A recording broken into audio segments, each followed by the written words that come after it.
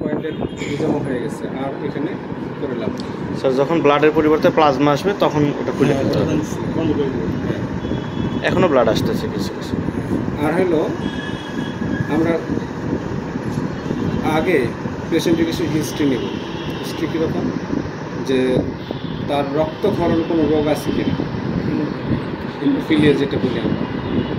সাধারণত পুরুষেরই এটা হয়, মহিলাদের হয় না। এর জন্য আমরা ওইটা নিব।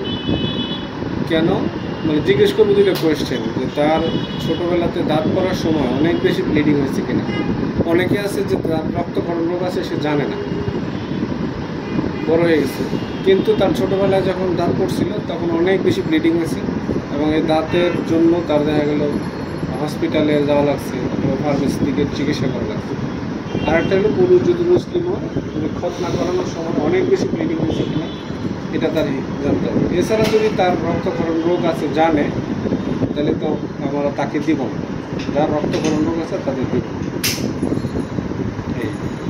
অথবা যে পেশেন্টের যে